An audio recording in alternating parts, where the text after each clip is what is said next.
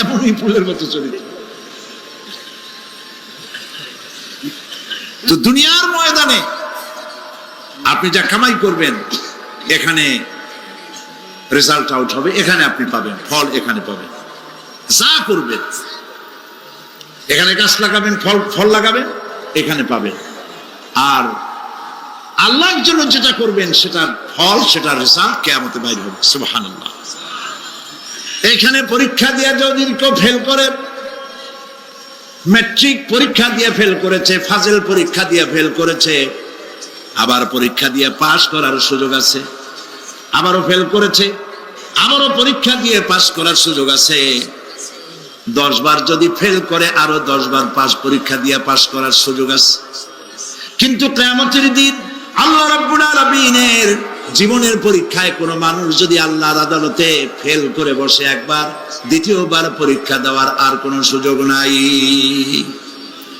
এই পৃথিবীতে যদি কেউ নিম্ন আদালতে মামলায় হেরে যায়, জজ কোর্টে করবে, যদি হেরে যায় হাইকোর্টে করবে, হেরে গেলে আপিল করবে সুপ্রিম কোর্টে, সুপ্রিম কোর্টেও যদি হেরে যায় তাহলে প্রেসিডেন্টের কাছে আপিল করবে। সুযোগ আছে কয়েকবার।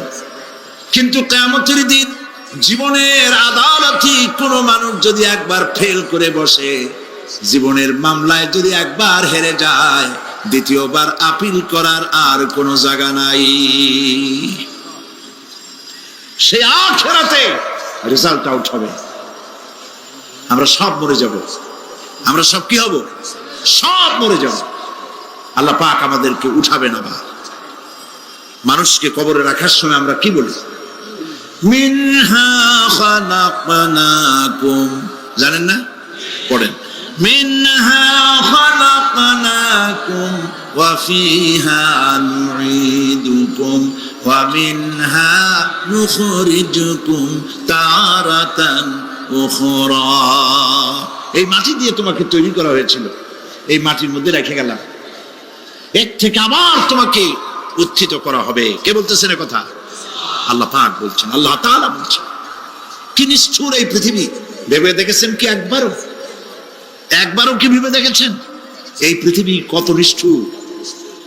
এই সন্তান সন্ততি সব একটি মোহ, একটি মায়া, একটি মহব্বত, একটি প্রতারণা। যে বইয়ের জন্য হারাম ইনকাম করেছেন, যে সন্তানদের জন্য হারাম ইনকাম করেছেন, জান দিলেন, রক্ত দিলেন, জীবন দিলেন, সারা রাত কষ্ট করেছেন, দৌড়দৌড়ি করেছেন, যখন মরে গেলেন, যে বাচ্চাটা আপনি কোলে না নিলে কলিজা ঠান্ডা হয় না, সেই বাচ্চা বলবে, মাকে বলবে, মা বাপের লাশ যে রুমে আছে আমার সেখানে নিও না, আমার ভয় করে। ঠিক কিনা? স্ত্রীও আরো 2-1 লোক না হলে লাশের ঘরে থাকতে পারবে না, তারও ভয় করবে। থাকলে বড় জোর মা থাকতে পারে, বাপ থাকতে পারে। যাকে বিবাহ করার পর অনেক সন্তান আছে, মা বাপকে চোখে দেখতে পারে না, বউর কথা মতো মায়ের সাথে কথা বলা বন্ধ করে দেয়। হয়তো কুমিল্লা এরকম নাও থাকতে পারে। বউ তো নালিশ করছে, মায়ের সাথে কথা কয়, আবার বলে এই বুড়িটা মরে না কেন? নাউযুবিল্লাহ, নাউযুবিল্লাহ। বুড়িটারে মরার কথা বলতেছে তুমি। তোমার ছোট্টবেলায় যখন তোমার টাইফয়েড হয়েছিল, অসুখ করেছিল, গরিব বাবা, বাড়িতে ল্যাপ নাই, খাতা নাই, তোষক নাই, সেই জায়গায় মা তার কাপড় বিছায় দিয়া বুকের উপরে নিজের শরীরের উষ্ণতা দিয়া বাঁচায় রাখার চেষ্টা করেছে, নিজে না খেয়ে খাওয়াইছে, অসুখ সারে না। মা ওই মুমূর্ষু বাচ্চার সেরানে তার মাথার কাছে বসে তাহাজ্জুদের নামাজ পড়ে কোরআন শরীফ তেলাওয়াত করে, চোখ দিয়া পানি পড়ে, আর বলতে থাকে, রব্বুল আলামিন আমার জীবনটারে দিয়া আমার কলিজার টুকরা সন্তানটারে বাঁচাইয়া দাও। যেই মা নিজের জীবন দিয়া সন্তান বাঁচাইতে চাইলো, সেই সন্তান আজকে বউ পাইয়া মাকে ভুলে যায়, মায়ের সাথে খারাপ ব্যবহার করে। আল্লাহ রাব্বুল আলামিন বলেছেন, মা বাবার সঙ্গে খারাপ ব্যবহার করো না, ভালোবাসায় কথা বলো। ওয়াকুল লাহুমা কাওলান কারীমা, সম্মান সূচক কথা বলো। মা বাবার জন্য দোয়া করো আমার কাছে। কে বলতেছে? আল্লাহ তাআলা বলছেন, দোয়া করো আমার কাছে এই ভাষায়, রব্বিরহামহুমা কামা রাব্বায়ানি সাগীরা। পড়েন সবাই, রব্বিরহামহুমা কামা রাব্বায়ানি সাগীরা। আয় আমার রব, আমার মা বাপ যেমনি ছোটবেলায় আমাকে অত্যন্ত যত্ন করে লালন পালন করেছে, আল্লাহ তাআলা তুমি দয়া করে আমার মা বাপকে তোমার রহমতের করে লালন পালন করো। সুবহানাল্লাহ। প্রত্যেক নামাজের পর সকলে এই দোয়া পড়বেন, মনে থাকবে? মনে থাকবে? প্রিয় ভাই সব, সেই কিয়ামতের মাঠে আমাদেরকে উঠতে হবে, আল্লাহর দরবারে উঠতে হবে। সেই সময় আমাদেরকে কেউ উপকার করবে না। يوم لا ينفع مال ولا بنون। সম্পদ আর সন্তান সন্ততি কোনো কাজে লাগবে না। মা তার সন্তানকে চিনবে না, সন্তান তার মাকে চিনবে না, বাপ তার সন্তানকে চিনবে না, কেউ কাউকে পরিচয় দিবে না। কি মারাত্মক অবস্থা! মানুষ চরম অসহায় হয়ে যাবে। চতুর্দিকে ফেরেশতার আনাগোনা, সূর্য মাত্র 1 হাত উপরে, প্রচন্ড তাপ নিয়ে সূর্য অবস্থান নেবে, মাথার চান্দি ফেটে গিয়ে গুনাহগারের মাথার মগজ গলে গলে পড়তে থাকবে। পিপাসার যন্ত্রণায় জিহ্বাটা ঝুলে কুকুরের মতো করে নাভিস্থল পর্যন্ত ঝুলে পড়বে। কেউ উপকার করবে, কেউ জিগাবেও না। অনেক লোক আছে পীরের কাছে মুরিদ হয় আর মনে করে পীর সাহেব তারে কিয়ামতে সুপারিশ করবে। অসম্ভব। আয়াতুল কুরসির মধ্যে আমরা পড়ি, মান যাল্লাযী ইয়াশফাউ ইনদাহু ইল্লা বিইজনিহি। কে আছে এমন, কার হিম্মত আছে আল্লাহ পাকের বিনা অনুমতিতে কথা বলে? সুবহানাল্লাহ বলে। কোথার পীর, কোথার খাজা বাবা হারায় যাবে। ইব্রাহিম আলাইহিস সালামের মতো পয়গম্বর কি মনে করে? আল্লাহর খলিল। ইব্রাহিম আলাইহিস সালাম আল্লাহর কি? আল্লাহর খলিল। আল্লাহর খলিল কিয়ামতের দিন বলবেন, আল্লাহ পাক, আয় আল্লাহ তাআলা, আমার বাপের কাছে আমার একটা ওয়াদা ছিল, আমি সুপারিশ করব তার জন্য, তুমি দয়া করে আমার বাপকে জাহান্নাম থেকে ক্ষমা করো, আমি তার জন্য সুপারিশ করতেছি। আল্লাহ তাআলা বলবেন, ইব্রাহিম, তোমার সুপারিশ মঞ্জুর হলো না। কথা বুঝতেছেন না? বুঝতেছেন না? ইব্রাহিম আলাইহিস সালাম যদি বাপের জন্য সুপারিশ করতে না পারে, ইব্রাহিম আলাইহিস সালাম তিনি যদি তার বাপের জন্য সুপারিশ করে যদি ব্যর্থ হন, আপনার পিসাব কোন কামে লাগবে চিন্তা করেন। নবী করিম সাল্লাল্লাহু আলাইহি ওয়াসাল্লামকে প্রশ্ন করা হয়েছে, হে রাসূল, আপনার আব্বা আম্মার অবস্থা কি হবে? কথা কি শোনেন নাকি? আপনার আব্বা আম্মার অবস্থা কি হবে? নবী করিম সাল্লাল্লাহু আলাইহি ওয়াসাল্লাম বলেছেন, আমি আমার আব্বা আম্মার কোন উপকারে আসব না। ইন্না লিল্লাহি ওয়া ইন্না ইলাইহি রাজিউন। তাহলে কোন সাহসে মনে করতেছেন কোন পীর কোন একটা বিদেশ থেকে, দেশের থেকে একটা নাজিল হলো আর ওইটার পিছনে পিছনে দৌড়াবেন, সে আপনারা নাজাত দেবে, তারে পায়ে চুমা খাবেন? এই পায়ে হাত দিয়ে কদম বুঝি করা বাদ দেন। টাকা ইনকাম করার জন্য মানুষকে ভুল পথে পরিচালিত করছে অনেক পীর। আছে না? খালি মানুষের টাকা দেয়, জামায় অনেক পকেট, খালি টাকা নেয় সমানে ঢুকাইতে দেখে চতুর্দিক দিয়ে। বাইরে বোঝার উপায় নাই, কিন্তু অনেক পীর আছে এমন, ঢাকা শহরে বড় বড় মার্কেটের মালিক, আমি জানি, বড় বড় মার্কেটের মালিক, বিরাট ব্যবসায়ী, জামা পরিষ্কার করে না 2 মাসেও। মানুষকে দেখাবার জন্য গামছাটা নাকের কাছে ধরে ফত ফত করে আওয়াজ করে, মনে হয় যেন কাঁদতেছে। আজ বিশাল প্রচন্ড হাবিজাবি জিকির শিখায়। লা ইলাহা কতক্ষণ, ইল্লাল্লাহ কতক্ষণ, আল্লাহ আল্লাহ কতক্ষণ? কোথায় পাইছো? ইল্লাল্লাহ ইল্লাল্লাহ কিসের জিকির? ইল্লাল্লাহ মানে কি? আল্লাহ ছাড়া, আল্লাহ ছাড়া, আল্লাহ ছাড়া, আল্লাহ ছাড়া কি? কাজী রাসূলুল্লাহ যা করেন এগুলি বেদাত। এইসব পীরের পাশে যাবেন না, মনে থাকবে।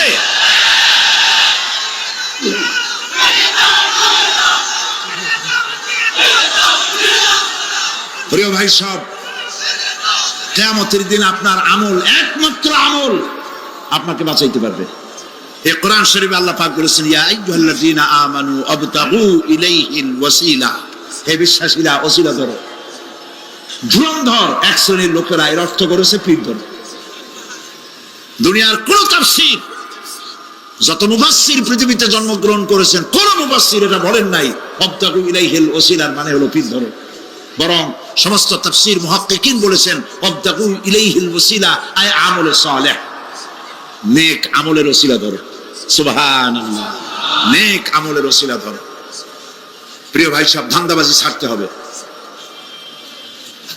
কিয়ামতের দিন মানুষ একেবারে অসহায় হয়ে যাবে, কেউ সাহায্য করবে না। সেই দিন প্রশ্নপত্র সামনে আসবে, আমলনামাগুলি বেঈমানের পিছন দিক থেকে বাম হাতে আসবে, আর ইমানদারের সামনে থেকে ডান হাতে আসবে। আমলনামা হাতে পাওয়ার সঙ্গে সঙ্গে বেঈমান বুঝে ফেলবে তার জায়গা কোথায়। কলিজা তখন গলার কাছে চলে আসবে। সত্য ছিল একসাথে। মনে করেন এই মাহফিলের মধ্যে, মনে করেন এইখানে সন্ত্রাসী আছে, খুনি আছে, ওয়ান্টেড, মোস্ট ওয়ান্টেড আসামি এর মধ্যে আছে, ধরা যাচ্ছে না অনেক মানুষের মধ্যে। হঠাৎ করে অর্ডার হলো যে ভিতরে এসবিআইবি ঢুকিয়ে দেওয়া হয়েছে, গোয়েন্দা বিভাগের লোক ঢুকিয়ে দেওয়া আছে, সন্ত্রাসী মোস্ট ওয়ান্টেড যারা আছে বেরিয়ে পড়ো, এক মাসে চলে আসো। তখন অবস্থাটা কি হবে তাদের? মজা লাগবে? পায়ের রক্ত মাথায় উঠে যাবে, চোখ দিয়ে রক্ত পড়া শুরু করবে। সমস্ত মানুষ একসাথে ছিল হাসরের ময়দানে। হঠাৎ করে অর্ডার হয়ে যাবে, আনতাজুল ইয়াউমা আইয়ুহাল মুজরিমুন, হে অপরাধীর দলেরা আলাদা হয়ে যাও। ইন্না লিল্লাহ, আলাদা হয়ে যাও। সমস্ত মানুষ সেখানে খালি পায়ে উঠবে, কারো পায়ে জুতা নাই, স্যান্ডেল নেই, পরনে কোনো কাপড় নাই, গায়ে কোনো কাপড় নাই, মাথায় কোনো আবরণ নাই। হযরত আয়েশা সিদ্দিকা রাদিয়াল্লাহু তাআলা আনহা, তিনি নবী করিম সাল্লাল্লাহু আলাইহি ওয়াসাল্লামের কাছে কিয়ামতের এই বর্ণনা শুনে কাঁদতেছিলেন আর বলতেছিলেন, হে আল্লাহর রাসূল, কিয়ামতে সকলকে ভাবে উঠতে হবে, এমনকি আমাকেও? হুজুর বললেন, প্রত্যেকটি মানুষকে উলঙ্গিনী হয়ে উঠতে হবে। তিনি প্রশ্ন করলেন, তখন কি শরম হবে না? নবী করিম সাল্লাল্লাহু আলাইহি ওয়াসাল্লাম বলছেন, জাহান্নামের ভয়তে কেউ কারো দিকে তাকাবার সুযোগ পাবে না। সব উপরের দিকে তাকায় থাকবে আর বলবে, আল্লাহ আমারে বাঁচাও, আল্লাহ আমারে রক্ষা করো। সমস্ত নবীরা, সমস্ত নবী আদম আলাইহিস সালাম থেকে শুরু করে ঈসা আলাইহিস সালাম পর্যন্ত সব নবী বলবেন, নফসি নফসি, আল্লাহ আমারে বাঁচাও, আমাকে রক্ষা করো। কোথায় যাবে আপনার পীর সাহেব? একমাত্র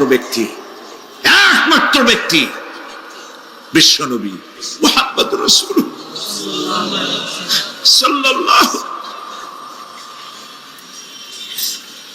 মানুষেরা হয়রান হয়ে যাবে, আদম আলাইহিস সালামের কাছে যাবে, আবাল বাশার, আপনি প্রথম মানুষ, আমরা বিপদে শেষ হয়ে গেছি, 50,000 বছর দাঁড়ায় আছি। কয় বছর দাঁড়ায় থাকতে হবে? কোথায় আছে? এই কোরআন শরীফ, 50,000 সানা মিম্মা তাউদ্দুন। এই পৃথিবীতে গণনা করলে 12 মাসে 1 বছর, 12 বছরে 1 যুগ, এরকম করে করে 50,000 বছর পৃথিবীতে গুনলে যত বড় লম্বা হয়, বিচারের দিনটা এত বড় লম্বা হবে। সবাই বলবে, আদম আলাইহিস সালাম আমাদের জন্য একটু আল্লাহকে সুপারিশ করুন যেন তিনি আমাদের বিচারটা তাড়াতাড়ি করে দেন। তিনি বলবেন, আমার পক্ষে সম্ভব না, আল্লাহর সামনে দাঁড়িয়ে কথা বলার আমার কোনো সাহস নাই, আমি পারবো না। নূহ আলাইহিস সালামের কাছে যাও, নূহ আলাইহিস সালাম বলবেন, আমি পারবো না। মুসা আলাইহিস সালামের কাছে যাও, তিনি বলবেন, আমি পারবো না। ইব্রাহিম আলাইহিস সালামের কাছে যাও, একজন আরেকজনের কাছে পাঠাবো।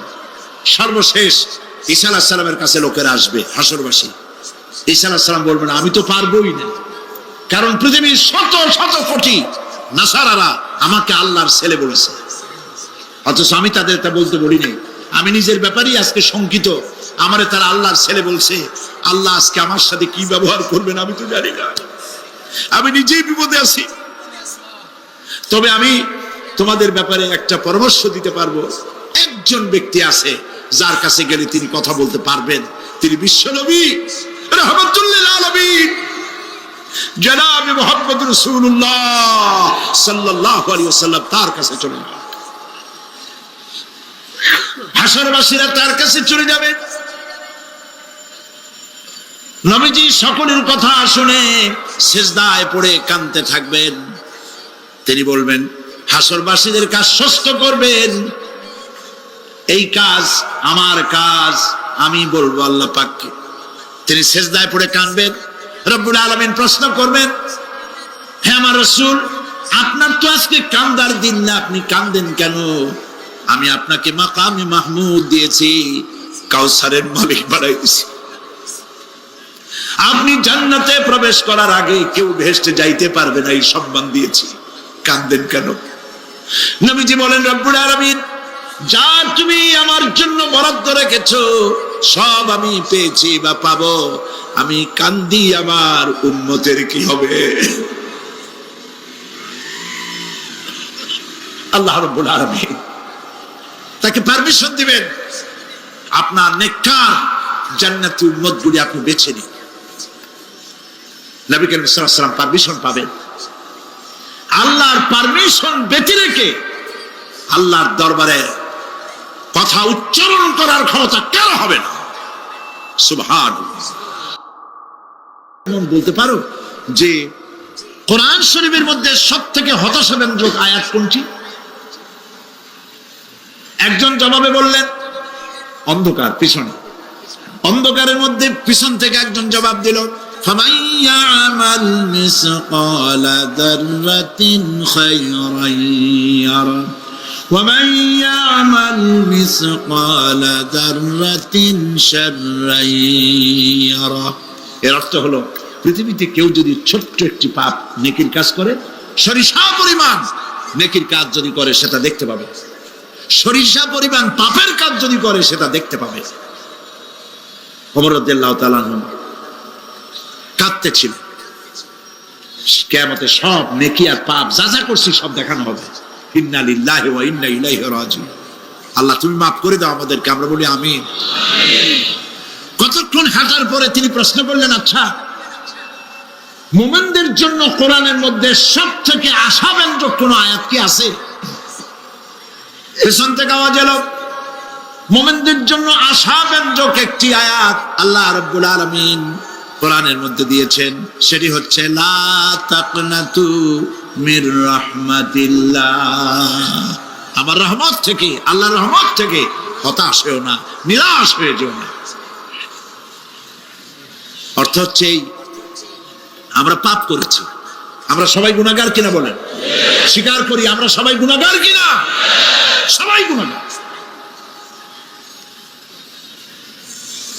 এই গুনাহগার মানুষগুলি যদি গুনায় তওবা করে, গুনার জীবনে করব না তওবা করে কেউ যদি আল্লাহর রহমতের দিকে এক বিঘত অগ্রসর হয়, হাদিসে কুদসির ভিতরে এসেছে আল্লাহ পাক বলেন, আমি আমার ওই বান্দার দিকে এক হাত আগায়া যাই।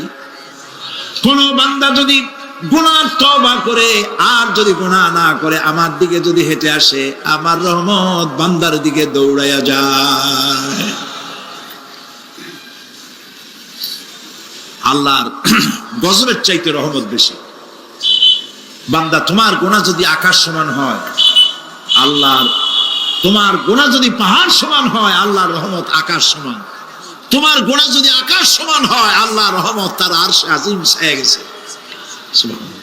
মাপ চাও, ক্ষমা চাও, তওবা করো, জীবনে গুনাহ আর করবে না। যে ব্যক্তি তওবা করবে, গুনাহ থেকে বাঁচবে, আল্লাহ তাদেরকে রক্ষা করবে। প্রিয় ভাইয়েরা, এই দুনিয়ার জিন্দেগিতে পৃথিবীর মহব্বতে আমরা পাগল হয়ে গেছি। সবাই শুধু টাকা টাকা, টাকা ছাড়া দুনিয়াটা ফাঁকা। দুনিয়া কা মজা লে লো, দুনিয়া তোমারি হ্যায়। খাও দাও ফুর্তি করো, দুনিয়াটা মস্ত বড়। এগুলি শয়তানদের কথা। কাদের কথা? শয়তানদের কথা। আল্লাহ বলেছেন কুলু ওয়া তামাত্তাউ, খা, জব্বার খাও, খা, খার ফুর্তি কর। মাতাউন কালিল সুম্মা মাওয়াহুম জাহান্নাম ওয়া বিসাল মাসীর। সামান্য কয়েকদিনের জন্য দালান কোঠা বানাইয়া ভর্তি কর, এরপরে জায়গা হবে জাহান্নামে। জায়গা হবে কোথায়? জাহান্নামে। প্রিয় ভাইয়েরা,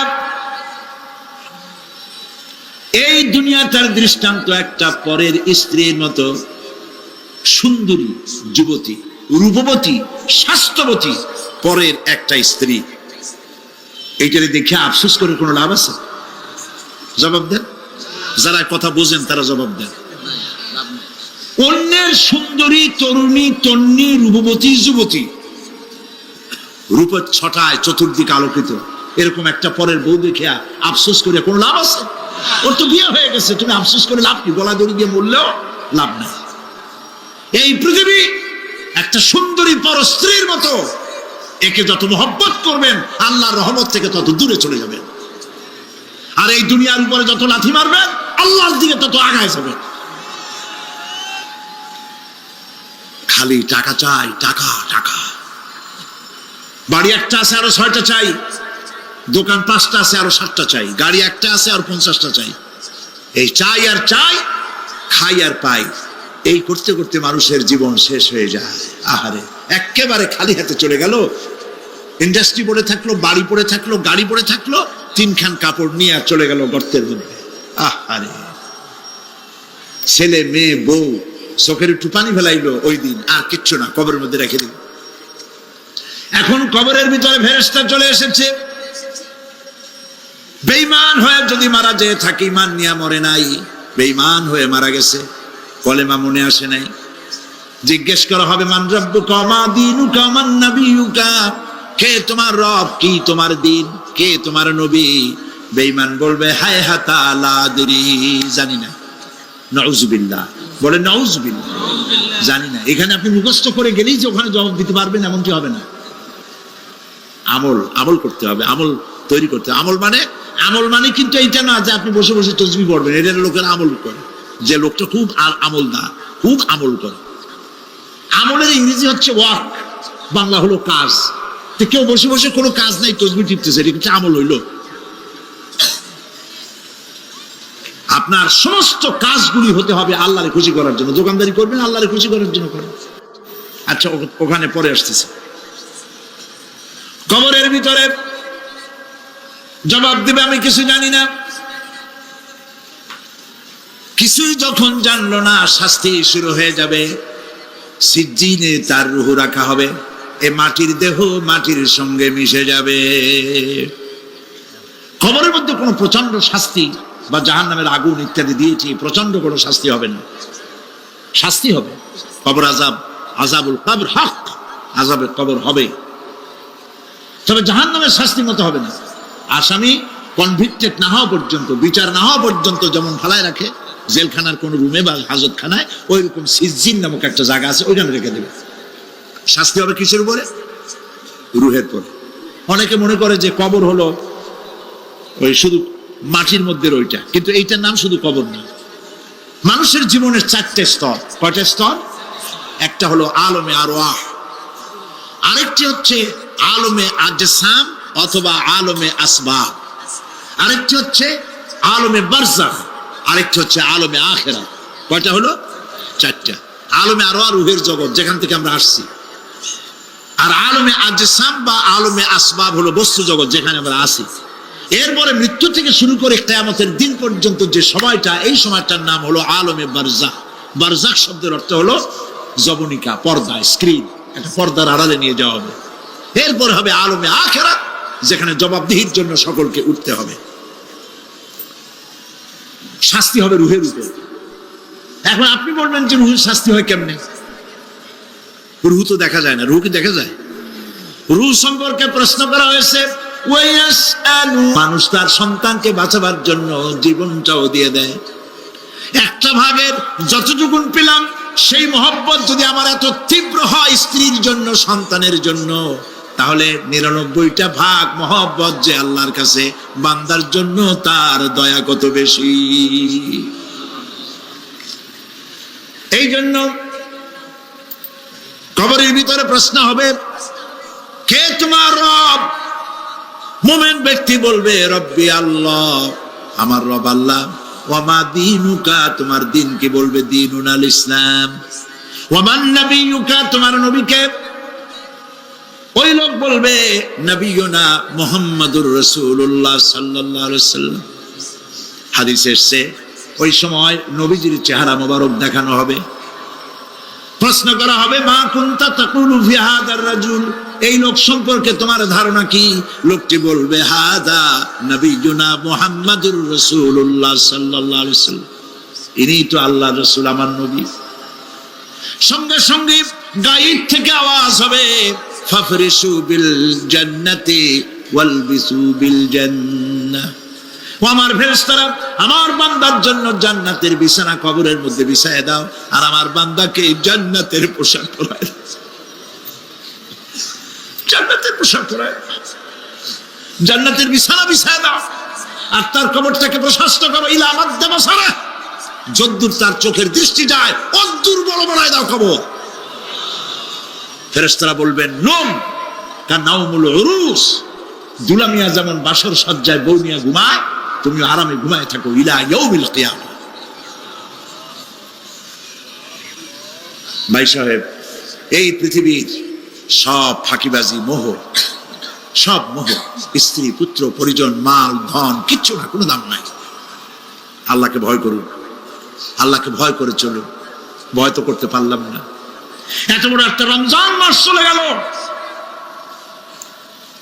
রোজা আসছিল তাকওয়া সৃষ্টি করার জন্য, সারা জীবন রোজা রাখলাম, মুত্তাকি হইতে পারলাম না। এটা ঠিক কিনা বলি? সারা জীবন রোজা রাখলাম, মুত্তাকি হইতে পারি নাই। এখনো মিথ্যা কথা বলি, ওজনে কম দেই, খাদ্যে ভেজাল দেই, কথা ঠিক কিনা? মিথ্যা কথা বলতেছেন, মিথ্যা কথা বলা কবিরা গুনাহ, মিথ্যা কথা বলা সমস্ত গুনার মা। কোথায় কোথায় মিথ্যা বলা হচ্ছে। দোকানদারি করতেছেন, কষ্ট করে মাল কিনছেন, লাভের জন্যই তো কিনছেন, মিথ্যা কম কেন? ওজনে কম দিচ্ছেন, ভেজাল দিতেছেন, ভেজাল দিয়া কম দিয়া কয় টাকা উপার্জন করবেন? আর কতগুলি খাইতে পারবেন আপনি? চাউলের মধ্যে তুষ দিলেন, কুড়া দিলেন, পাথর দিলেন। আহারে মুসলমান, কি কপাল পোড়া। ওজন দিতে গিয়া একটু খিস দিয়ে ধরে যেদিকে পাথরটা, আর মালটা যেদিকে সেদিক টিটু নিচু করে দেয়। যে কেনে সে মনে করে মাশাআল্লাহ, লোকটা তো খুব ভালো, আবার তো বেশি দিছে। কিন্তু বাড়ি যায় দেখবেন আপনারা 14 গ্রাম কম দিয়েছে। ও 14 গ্রাম তো না, এখন তো গ্রাম বলে, আগে তো আমরা ছটক মটক বলছি, এখন গ্রাম বলে সুবিধার জন্য। এগুলি কি আমি বানায় বলতেছি না? কথা ঠিক। লাভটা কি? কি লাভ? জমিনের আইল ঠেলতেছেন, পরের জমিন দখল করতেছেন, বোনেরে ঠকাইছেন, ভাইরে ঠকাইছেন, ভাইয়ের সম্পত্তি ফেরত দেন নাই। আহা, এই যে দুরবস্থার সৃষ্টি হলো, আমলের পরিবর্তন হলো না। মসজিদ বানাইছি সব দালান, মসজিদগুলি সব বিল্ডিং হয়ে গেছে। নবী করিম সাল্লাল্লাহু আলাইহি ওয়াসাল্লাম বলেছেন মাসাজিদুহুম আমিরাতুন ওয়া হিয়া খারাবুম মিনাল হুদা, মসজিদগুলি সব দালান হয়ে যাবে শেষ যুগে। এগুলি নবী করিম সাল্লাল্লাহু আলাইহি ওয়াসাল্লাম ভবিষ্যৎবাণী। মসজিদগুলি কি হবে? সব বিল্ডিং হয়ে যাবে। ওয়া হিয়া খারাবুম মিনাল হুদা, হেদায়েত থেকে খালি হয়ে যাবে। হেদায়েত নাই, খালি মসজিদ, building, tiles, mosaic, air condition সব আছে, হেদায়েত নেই। কবি বলতেছেন मस्जिद तो बना ली है सब भर में ईमान की हरारत वालों ने, मन पुराना पापी रहा बरसों में नमाजी बनना सिखा। মন চাইছে তাড়াতাড়ি করে মসজিদ একটা বানাই ফেলাইছে, কিন্তু বছর বছর নামাজ পড়লো, মন সেই পুরানা পাপী রয়ে গেছে, সেই পাপ থেকে সে বাঁচতে পারে নাই। এই জন্য বিশ্ব কবি আকবাল বলেন মসজিদ মে মরসিয়া খায়ে কে নমাজি ন রহি, মসজিদ মে মরসিয়া খায়ে কে নমাজি ন রহি, यानी वो साहिबे औसाफ हिजाजी न रही। মসজিদ আটকানতেছে, আমার সেই নামাজি কই? যেই নামাজিরা যখন নামাজ পড়তো পাখি এসে মাথার উপরে বসতো, পাখিতে বুঝতে পারতো না যেটা মানুষ না গাছ। সুবহানাল্লাহ। আর এখন ইমাম যদি নামাজ পড়তে আত্মাহিত করতে দেরি করে, ধীরে ধীরে পড়তেছে, পিছন থেকে সিগন্যাল মারা শুরু করে,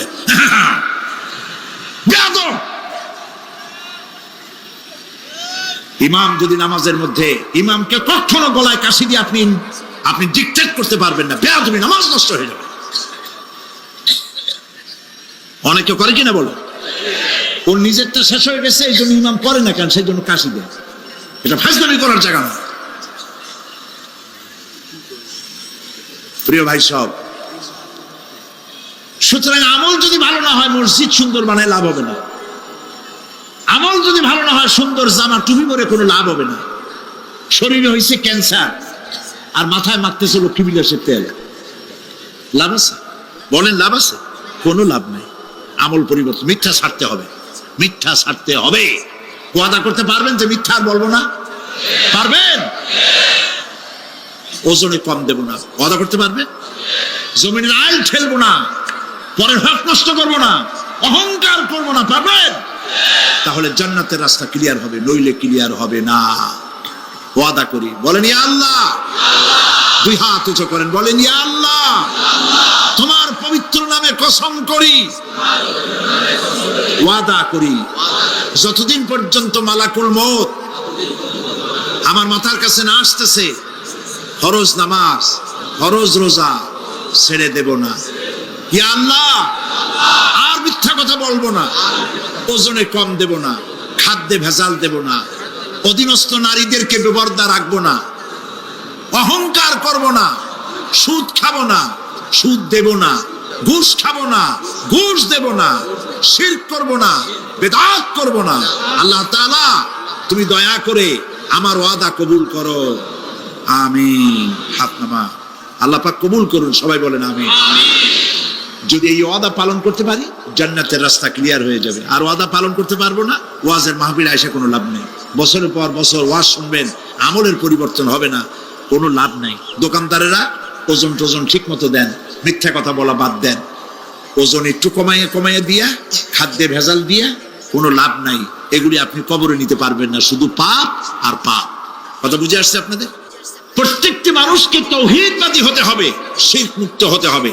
শিরক হলো মাজার গুলিতে গিয়ে মনের আশা আকাঙ্ক্ষা সেখানে বলা, এটি হচ্ছে শিরক। এই কাজ আপনারা করবেন না। কুমিল্লা কি মাজার আছে? আছে? কোন মাজারে যাবেন না, কোনদিন যাবেন না, কোন প্রয়োজন নাই। বিপদে পড়েছেন, উযু করবেন, মসজিদে চলে যাবেন, সুবহানাল্লাহ বলেন। মসজিদে গিয়ে 2 রাকাত কাজায়ে হাজাতের নামাজ পড়বেন, আল্লাহর কাছে কাঁদবেন। মাজারে যিনি শুয়ে আছেন, বিশ্বাস করেন, কোরআন শরীফ আমার সামনে, বিশ্বাস করুন, যিনি কবরে শুয়ে আছেন আপনাকে 4 পয়সার উপকার করতে পারবে না। মাঝখানে আপনি শিরকের গোলা নিয়ে আল্লাহর দরবারে হাজির হবেন। মাজারে টাকা দিবেন না, পয়সা দিবেন না, মানত করবেন না। মাজার একটা ব্যবসা। মাজার আজকাল কি? মাজার আর রস সব ব্যবসা। আপনারা এইসব কাজে যাবেন না। আগরবাতি, মোমবাতি, চাদর দেওয়া, মশারি দেওয়া, এগুলো মুসলমানের কাজ না। হিন্দু, খ্রিস্টান, বৌদ্ধ যা করে আমরা কি তা করতে পারি? জোরে বলেন, পারি? কবরে যদি একটু চিন্তা করেন ভাইরা, মাথাটা একটু খাটান, কবরে যদি বানাইলো সিনেমা দেখিয়া, এরকম বই কি কুমিল্লা আসছে? এমন একটা লোকেরা বলা বলি করতেছে, সুবহানাল্লাহ, এমন একটা ছবি আসছে, যারাই দেখলো সব উমরা করতে রওনা হয়ে গেছে। এমন ছবি আসছে যা দেখিয়া সমস্ত মানুষ তাহাজ্জুদ পড়া শুরু করছে। এরকম হয়েছে? যত ছবি আসলো, ছবি দেখলো, পরের মেয়ে কেমনে হাইজ্যাক করবে, কেমনে ব্রিফকেসের মধ্যে বন্দুক, রাইফেল এগুলি ভাঙ্গে চুরে থুইয়া 10 তলার গ্লাস ভাঙ্গে লাভ দিয়ে পড়ে, খালের মধ্যে পড়ে, নদীর মধ্যে দিয়ে ফুড়ে উঠে, পাহাড়ের উপর দিয়ে পরের মেয়ে নিয়ে দৌড় দিল। এই সব সন্ত্রাসী, ডাকাত, জেনাকার, বদমাশ তৈরি করা হয়, ঠিক না বলো?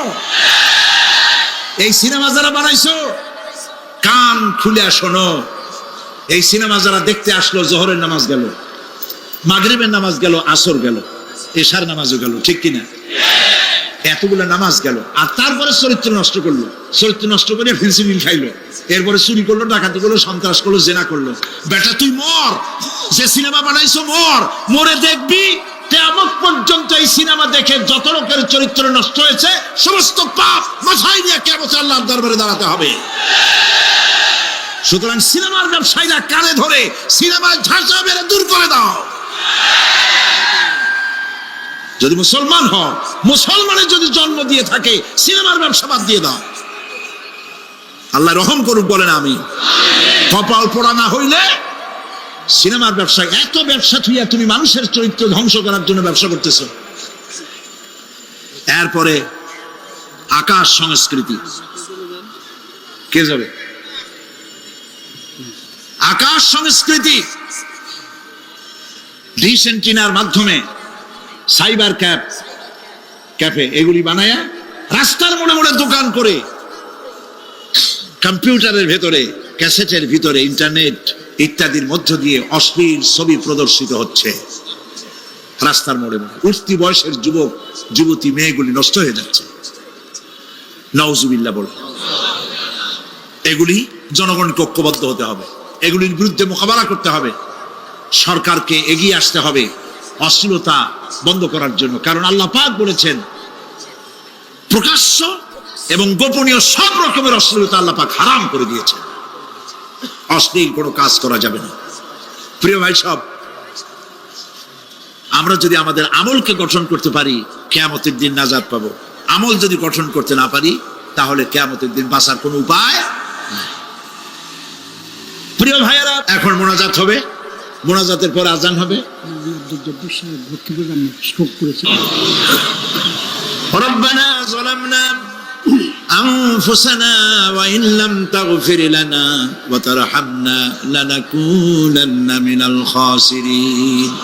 সবাই পড়েন আমার সাথে, রব্বানা যালামনা আনফুসানা ওয়া ইন লাম তাগফির লানা ওয়া তারহামনা লানাকুনান্না মিনাল খাসিরিন।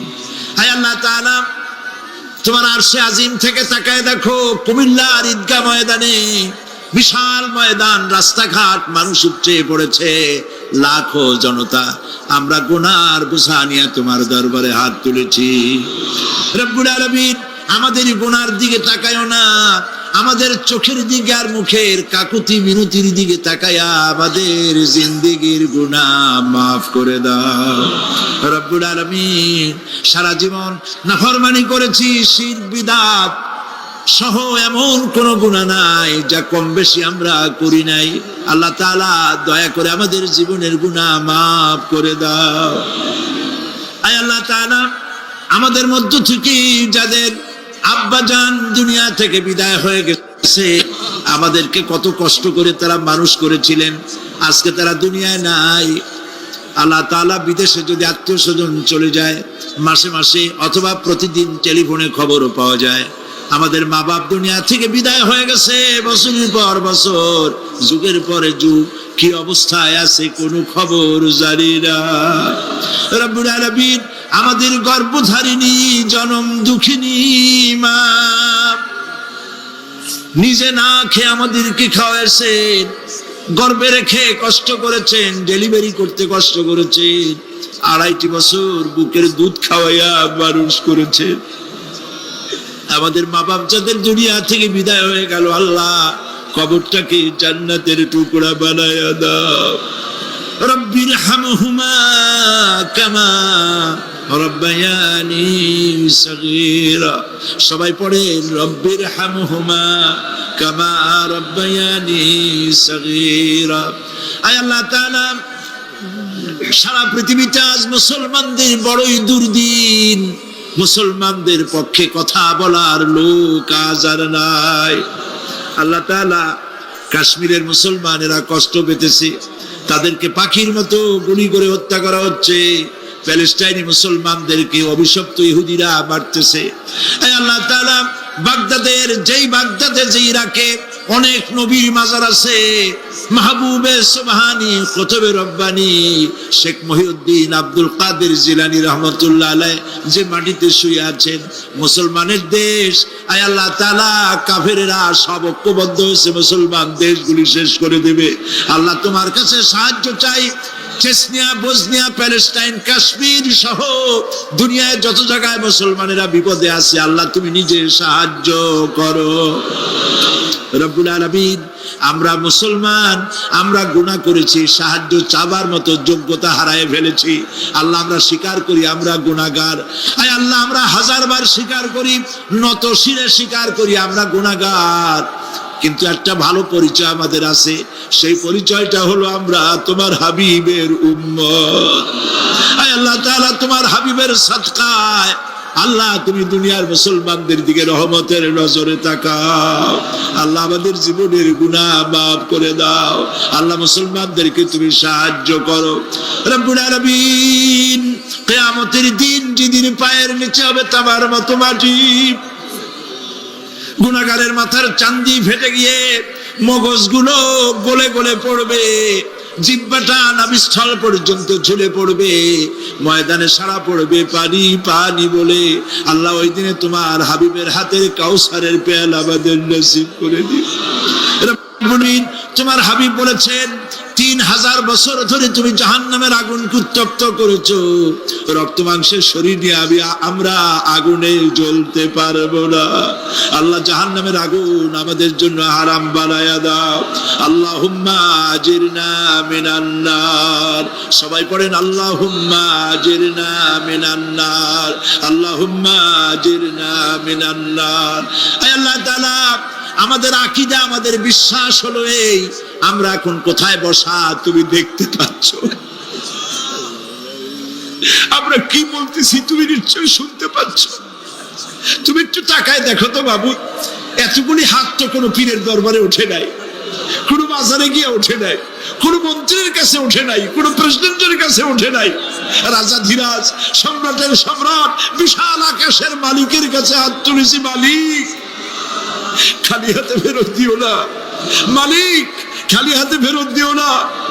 হে আকাশের মালিক, হে জমিনের মালিক, হে আমাদের রব, আমাদেরকে খালি হাতে ফেরত দিও না বাবু। আল্লাহুম্মা লা তারুদ্দানা খাইবিন, আল্লাহুম্মা লা তারুদ্দানা খাইবিন। আল্লাহ তাআলা একেবারে কিছু না দিয়া খালি হাতে ফেরত দিও না বাবু। কয়েক সেকেন্ড আমি আপনাদের জন্য ছাড়লাম, মাথা নিচু করুন, চক্ষু বন্ধ করুন, যার যা বলার বলেন, দোয়া কবুল হয়ে যাবে ইনশাআল্লাহ। বলেন যার যা বলার দরকার মিনতির সাথে, কাকুতি মিনতি করে বলেন।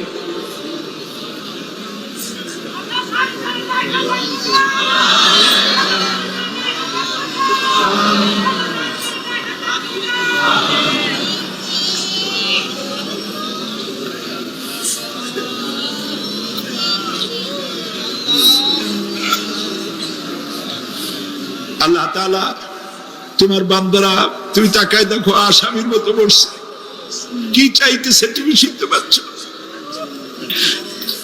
আমরা সবাই ভিক্ষুক, তুমি বলেছো ওয়াল্লাহু গানিয়্যুন ওয়া আনতুমুল ফুকারা, আমরা ফকিরের গোষ্ঠী আর তুমি গানি, আমরা ভিক্ষুক আর তুমি দাতা।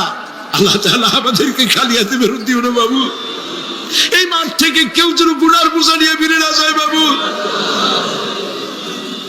আল্লাহ তাআলা সিরাতুন নবী কমিটি প্রত্যেক বছর মাহফিল করতেছে, আল্লাহ তাদেরকে কবুল করো। আল্লাহ তাআলা জনাব এম এস চৌধুরী সাহেব বার্ধক্যে পৌঁছে গেছেন, তার স্ত্রীর প্রতি, তার প্রতি রহম করো। ওনার সাথে যারা আছে, কাজী দিন মোহাম্মদ সাহেব, রব সাহেব সহ যারা আছেন, সকলের প্রতি রহম করো। আল্লাহ তাআলা এই কুমিল্লাকে ইসলামী আন্দোলনের দুর্গ বানায় দাও। শিবিরের যে ছেলেটি ক্যান্সার রোগাক্রান্ত হয়েছে, ডাক্তার বলেছে 3-4 মাসের বেশি বাঁচবে না, কিন্তু তুমি ভালো জানো আল্লাহ পাক, আমরা এই ছেলেটির জীবন তোমার কাছে ভিক্ষা চাইতেছি বাবু, তুমি ভিক্ষা দিয়া দাও। আল্লাহ তাআলা এইভাবে যাদের কিডনি নষ্ট হয়েছে, হার্টের বাল্ব নষ্ট হয়েছে, তুমি মেহেরবানি করে তাদেরকে তা দিয়ে দাও। আল্লাহ প্রত্যেকের প্রতি তুমি রহম করো। আল্লাহ তাআলা আর একটা কথা বলি, তুমি তো সেই মহান সত্তা যার কাছে বেশি চাইলে অসন্তুষ্ট হও না।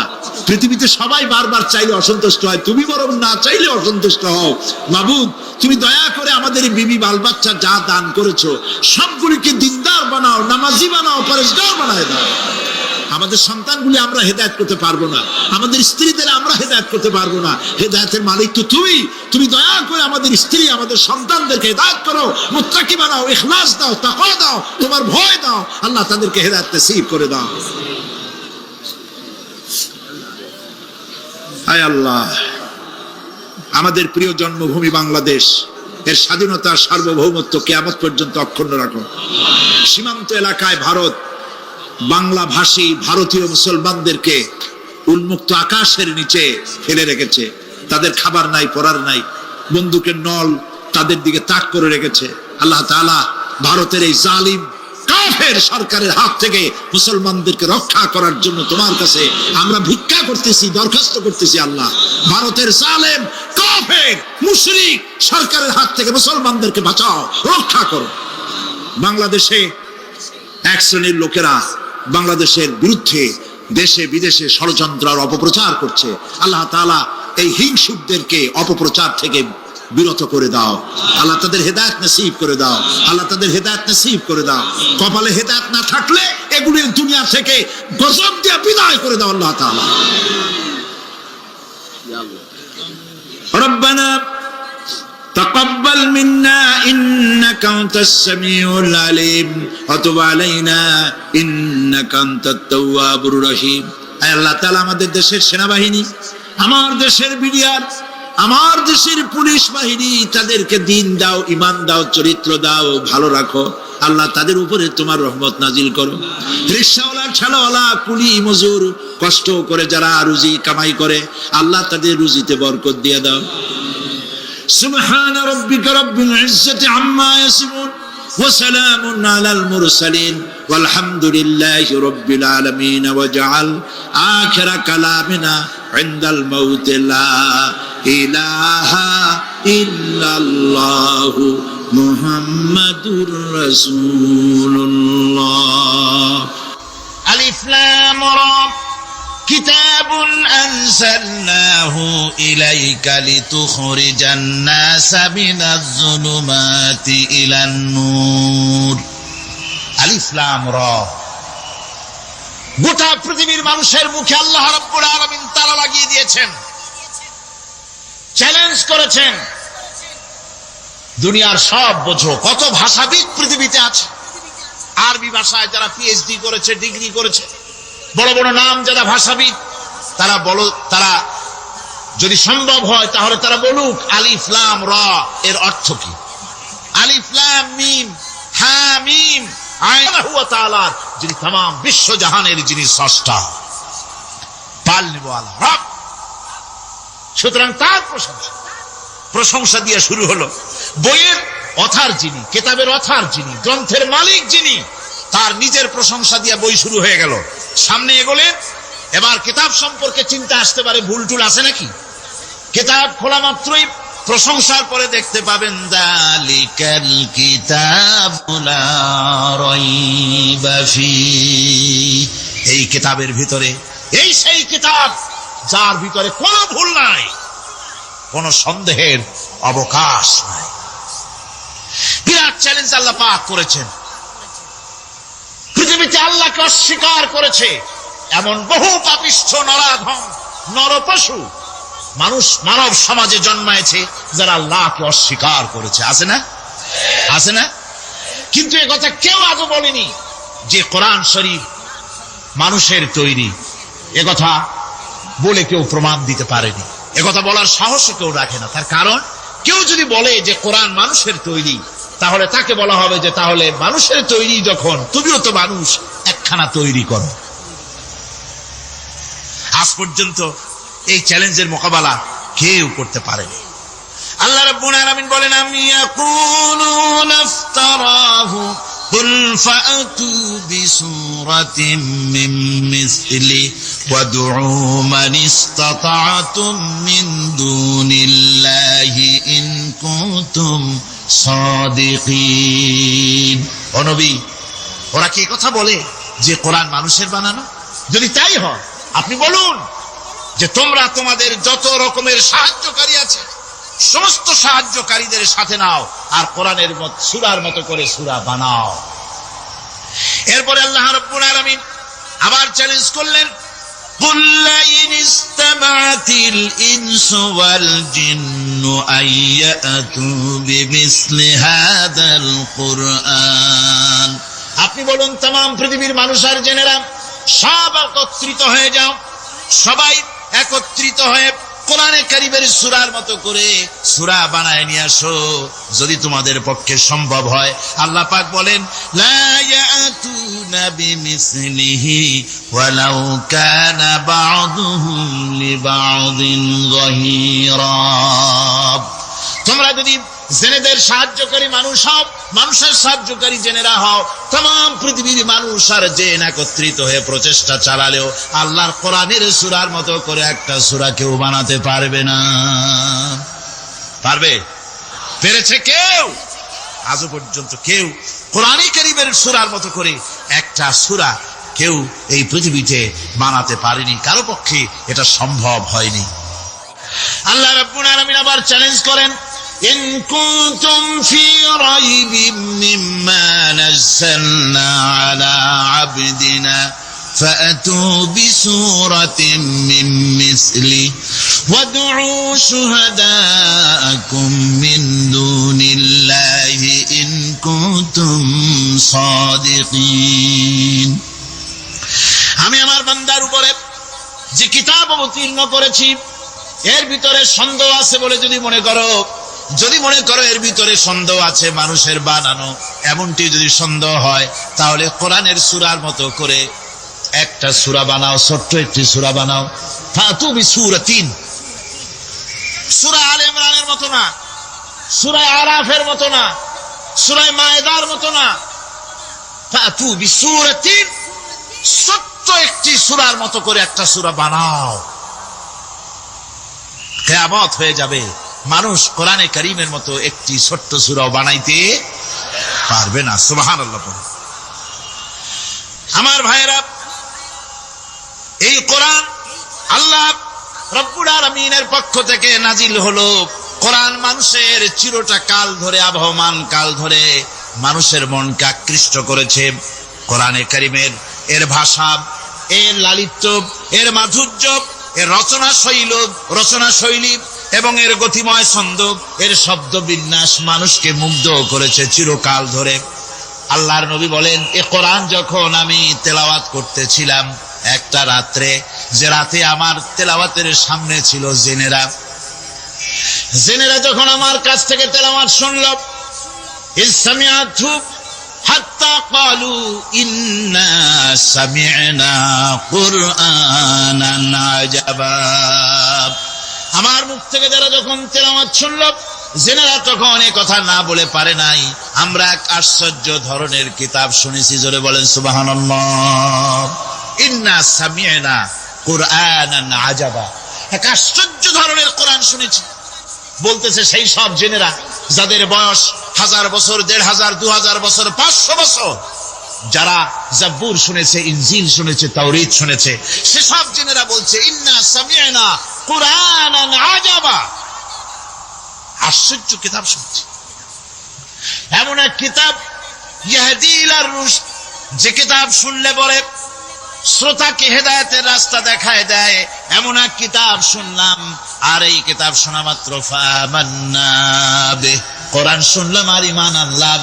নবীজি বলেন, জেনেরা আমার মুখে তেলাওয়াত শুনে পড়ে নিল লা ইলাহা ইল্লাল্লাহু মুহাম্মাদুর রাসূলুল্লাহ। এই কোরআন এমন এক কোরআন, মান ক্বালা বিহি সাদাকা, এ কোরআন শরীফ থেকে যে কথা বলে সেই সত্য কথা বলে। কোরআন থেকে যে কথা বলে সে কি বলে? তার কারণ কোরআন এসেছে কার কাছ থেকে? ওয়ামান আসদাকু মিনাল্লাহি কিলা, আমি আল্লাহর চাইতে সত্যবাদী আর কে হতে পারে? আল্লাহর নবী বলেন, কোরআন থেকে যে কথা বলে সেই সত্য কথা বলে। আর ওয়ামান আমিলা বিহি উজরা, এই কোরআন যে আমল করবে তাকে পুরস্কার দেওয়া হবে, সে পুরস্কৃত হবে, দুনিয়ায় পুরস্কার পাবে, আখিরাতেও পুরস্কার পাবে। সুবহানাল্লাহ। ওয়ামান হাকামা বিহি আদালা, আর কোরআন থেকে যে বিচার ফয়সালা করবে সেই কেবলমাত্র সঠিক সুষ্ঠু বিচার কায়েম করবে, সোশ্যাল জাস্টিস সেই করতে পারবে, সুবিচার জাস্টিস কায়েম সেই করতে পারবে। ওয়ামান দাআ ইলাইহি হুদিয়া ইলা সিরাতিম মুস্তাকিম, আর কোরআন থেকে যে দাওয়াত দেয়, কোরআনের দিকে যে দাওয়াত দেয় সেই কেবলমাত্র সঠিক সহজ সরল রাস্তার দিকে দাওয়াত দেয়, যে দাওয়াত শুরু হয় পৃথিবীর মাটি থেকে আর শেষ হয় গিয়া জান্নাতুল ফেরদাউসে। আমার ভাইয়েরা, কোরআন এর পরিচয়ের কথা বলতেছিলাম। আল্লাহ পাক কি কোরআন আমাদের শিখালেন, কোন কোরআন আমাদের শিখিয়েছেন, সেই কোরআনের পরিচিতি আপনাদের সামনে আমি তুলে ধরতেছি। আমি নিজে না, এবার কোরআন তার পরিচয় নিজেই দেবে। কেউ যদি কোরআনের কাছে জিজ্ঞাসা করে, কোরআন তুমি কোথা থেকে নাজিল হয়েছ, কে তোমাকে নাজিল করেছে এই প্রশ্ন যদি কেউ কোরআনের কাছে করে, কোরআন নিজেই তার জবাব দিতে পারে কিনা? কোরআন নিজেই বলে তানজিলাম মিম্মান খালাকাল আরদা ওয়াস সামাওয়াতিল উলা। এই কোরআন নাজিল করেছেন তিনি, যিনি ওই সুউচ্চ আকাশ আর জমিনকে যিনি সৃষ্টি করেছেন, সেই আল্লাহ আমারে নাজিল করেছেন। কোরআনের কাছে কেউ যদি প্রশ্ন করে, ও কোরআন, এই পৃথিবীতে নাজিল হওয়ার আগে তুমি কোথায় ছিলে? কেউ যদি প্রশ্ন করে, কোরআনে কারীম নিজের পরিচয় শোনায়, আমি কোথায় ছিলাম শোনো। বাল হুয়া কুরআনুম মাজিদুন ফি লাউহিম মাহফুজ। বরং এই কিতাব অতীব মর্যাদা সম্পন্ন সুরক্ষিত ফলকে লিপিবদ্ধ ছিল, আমি ছিলাম লোহে মাহফুজে, সেখান থেকে এসেছি। যদি কেউ প্রশ্ন করে, কোরআন কি কোরআন, তুমি কার উপরে অবতীর্ণ হয়েছ? জবাব কোরআন নিজেই দেয়, ওয়া আমিনু বিমা নুজিলা আলা মুহাম্মাদ ওয়া হুয়াল হাক্কু মির রাব্বিহিম। ঈমান আনো সেই জিনিসের উপরে যেটা মুহাম্মদ সাল্লাল্লাহু আলাইহি ওয়াসাল্লামের উপর অবতীর্ণ হয়েছে। আবার অন্য আয়াতেও জবাব পাওয়া যায়, তাবারাকাল্লাযী নাযালাল ফুরকানা আলা আবদিহি লিয়াকুনা লিল আলামিনা নাযীরা। অতীব বরকতপূর্ণ মহান সত্তা সেই আল্লাহ রাব্বুল আলামিন, যিনি তার বান্দার পরে ফুরকান অবতীর্ণ করেছেন। সুবহানাল্লাহ বিহামদি। কোরআনের নাম আমি বলেছিলাম শুধু কোরআন নয়, অনেক নাম আছে। কোরআনের আরেক নাম ফুরকান। কোরআনের আরেক নাম কি? আল ফারকু বাইনাল হাক্কি ওয়াল বাতিল। কোরআন হচ্ছে সেই মহাসত্য যা মিথ্যা এবং সত্যের মধ্যে পার্থক্য সূচিত করে, মঙ্গল এবং অমঙ্গলের মধ্যে পার্থক্য সৃষ্টি করে, যা সত্য এবং মিথ্যার মধ্যে তাফরিকা সৃষ্টি করে, সত্যকে মানুষকে বুঝিয়ে দেয়। তার নাম হচ্ছে ফুরকান। এবার যদি প্রশ্ন করা হয়, ও কোরআন, বুঝলাম তুমি লোহে মাহফুজে ছিলে, বুঝলাম তুমি নবীজির উপরে নাজিল হয়েছো, এবার বলো তুমি কোন মাসে নাজিল হয়েছো? তুমি তো আসছিলা প্রথম কোন মাসে নাজিল হয়েছো? এ প্রশ্ন যদি কেউ করে, কোরআন তার জবাবে বলবে, শাহরু রমাদানাল্লাযী উনজিলা ফীহিল কুরআন। রমজানের পবিত্র মাসে আমি অবতীর্ণ হয়েছি। সুবহানাল্লাহ। যদি প্রশ্ন করা হয়, রমজানে তো আসছো, কিন্তু প্রথম নাজিল হয়েছিল কোন সময়? ওটা কি দিন ছিল না রাত ছিল? কোরআন তার জবাবে বলে, ইন্না আনজালনাহু ফি লাইলাতিল কদর। কদরের পবিত্র রাতে আমি এই পৃথিবীতে আমার আগমন ঘটেছিল। যদি প্রশ্ন করা হয়, বুঝলাম সবই, কেন নাজিল হয়েছে তুমি? এই পৃথিবীতে তোমার আসার উদ্দেশ্য কি? মূল কাজটা কি? এই প্রশ্ন যদি করা হয়, কোরআনে কারীম তার জবাবে বলে, শোনো কেন এসেছি। লিতুখরিজান নাসা মিনাজ যুলুমাতি ইলান নূর। আমার মিশন হচ্ছে গোটা বিশ্ব মানবতাকে পুঞ্জীভূত জমাট বাঁধা অন্ধকারের ভেতর থেকে টেনে বের করে আলোর সন্ধান দিতে, আলোর দিকে আনার জন্য আমি কোরআন নাজিল হয়েছি। গোটা পৃথিবীর মানুষ আছে অন্ধকারের ভিতরে। কিসের মধ্যে? অন্ধকার কি?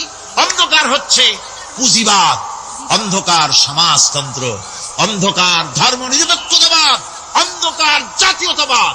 মানুষের তৈরি করা যত মতবাদ সব কি? জোরে কোন, সবগুলি কি? অন্ধকার। এই অন্ধকারের ভেতর থেকে মানুষগুলিকে টেনে আনবে কোরআন কিসের দিকে?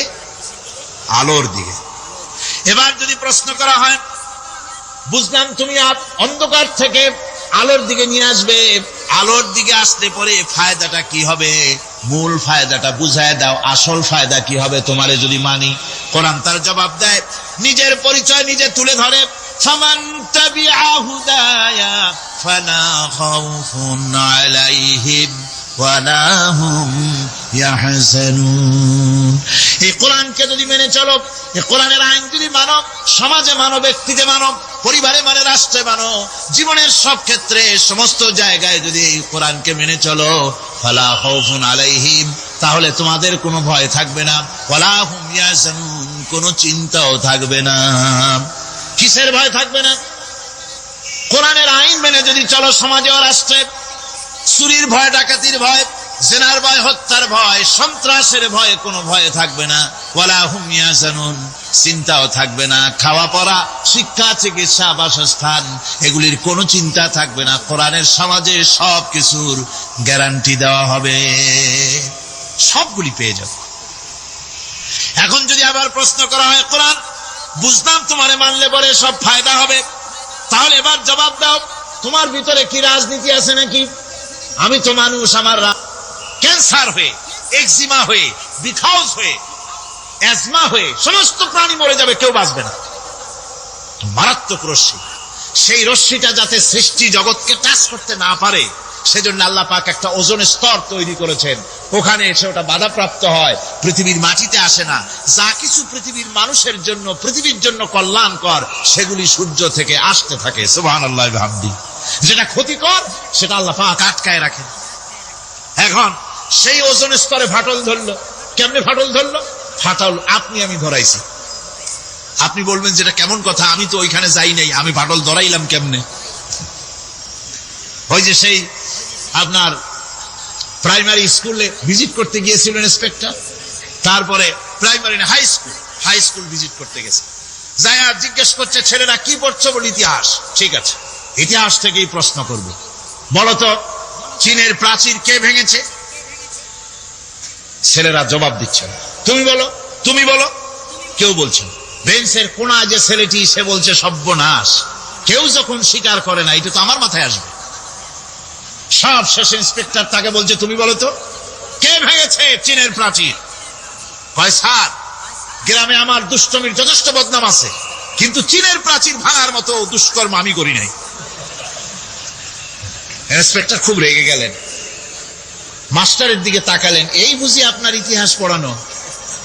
মাস্টার ইন্সপেক্টরের বিরক্তি ভরা মুখ দেখে বলছেন, স্যার রাগ করবেন না, এসব ছাত্র তো আমার, ওদের অবস্থা তো আমি জানি। আপনি আসছেন ঢাকা থেকে, আপনি জানবেন কি? আমি হলপ করে বলতে পারি, আমার ক্লাসের কোন ছাত্র চীনের প্রাচীর ভাঙে নাই। ইন্সপেক্টর রাগ হইয়া চলে গেছে হেডমাস্টারের রুমে, যায় বলছে যে আমি আপনার স্কুলের গ্রান্টকে আমি নাকচ করে দেব, মঞ্জুরি আমি ক্যান্সেল করে দেব। কেন? এই অবস্থা। হেডমাস্টার বলছে, স্যার রাগ করবেন না, আপনার জন্য কিছু টাকা পয়সাও রাখছি হাদিয়া, বড় একটা চর্বিযুক্ত খাসিও জবাহ করা হয়েছে, পুকুর থেকে রুই মাছ তোলা হয়েছে। তারপরেও আমার ছাত্ররা, টিচাররা বলার পরেও যদি আপনার সন্দেহ হয়ে থাকে যে আমার ছাত্ররাই ভাঙছে, তো ওই আপনি অসন্তুষ্ট হবেন না, রাগ করবেন না। স্যার ওই প্রাচীর ভাঙতে যা খরচ লাগে আমি কিছু খরচ দেবো, কেউ আপনি রাগ করেন। এখন চিন্তা করেন, স্কুলের ছাত্র থেকে শুরু করে হেডমাস্টার পর্যন্ত জ্ঞানের বহর। তো বলতেছিলাম, আপনি আমি ওজন স্তরে ফাটল ধরিয়েছি, তার অর্থ এই নয় যে আপনারা গিয়ে ওখানে কুড়াল মারিয়ে ওটারে ভাঙছেন। তাহলে ওটা কি হয়েছে? কোরআনে কারীমে রব্বুল আলামিন বলেন, ওয়ামা আসাবাকুম মিন মুসিবাতিন ফাবিমা কাসাবাত আইদিকুম ওয়া ইয়াফু আন কাসীর।